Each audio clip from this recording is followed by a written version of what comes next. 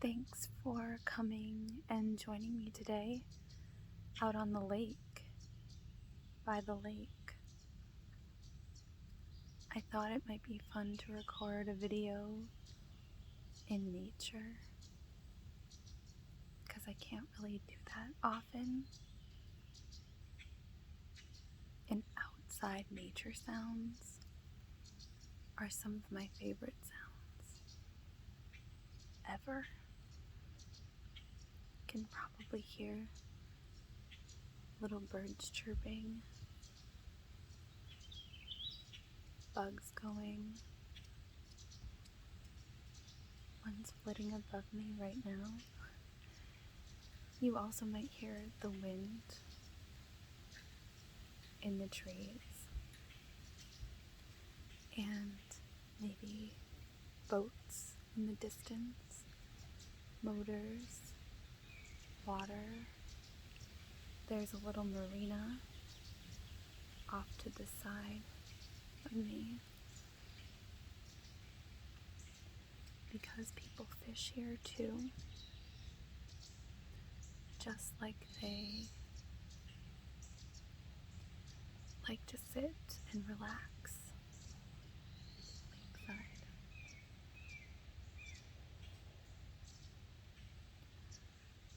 This lake, I've been coming to this lake right behind me since I was very small, and I thought I would share that with you because this is a special place to me and you are all very special to me. I heard some splashing, you might have seen it. I think it was a fish jumping. It's a very good time of year for fishing because it's not too hot yet, but it's still cool enough so the fish rise to the lake's surface. Because if you didn't know, it's really hard to fish when it's hot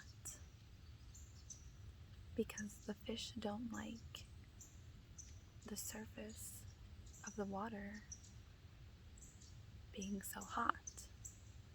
They like it when it's cool at the bottom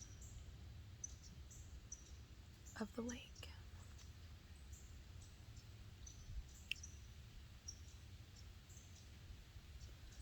So they'll hide if they don't like how hot it is.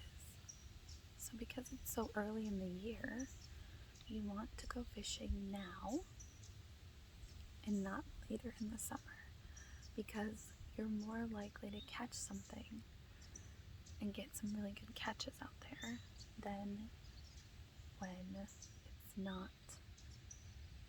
when it's so hot that the fish just don't like to be up at the surface.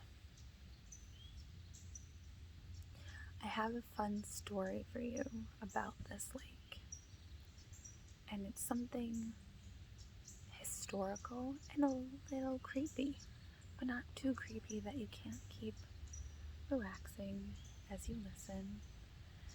It's more fun than it is actually creepy. It's not a horror story. In the 30s, this lake didn't exist. It's man-made because all the towns in this area didn't have electricity because it is a more rural area, and a lot of the rural US did not have electricity unless you lived adjacent to a big city or somewhere they could generate power. So the people of this area decided that they would build a dam in order to generate electricity, power their area. But they had to make a water source in order to do that. So this is that. However, when they wanted to make this water source, they realized that they were going to have to flood the valley portion of this area. So all of the little towns that were in that valley portion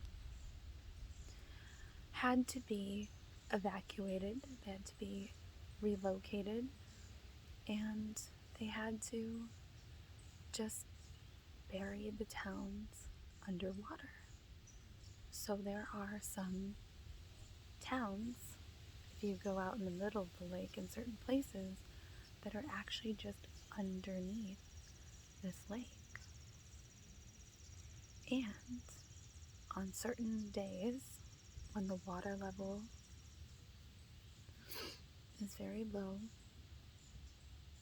you can go out in these places on the lake and see cemeteries, like a cemetery under the lake with the old gravestones popping up with names on them.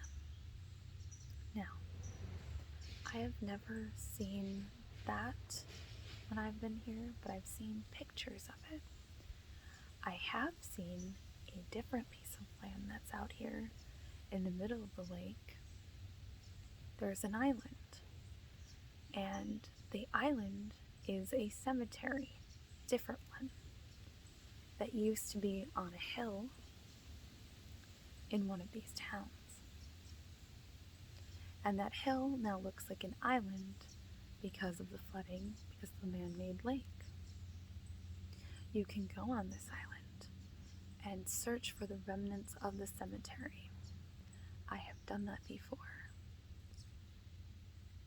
It was incredible to explore something like that. There wasn't much left, sadly, of the actual cemetery itself.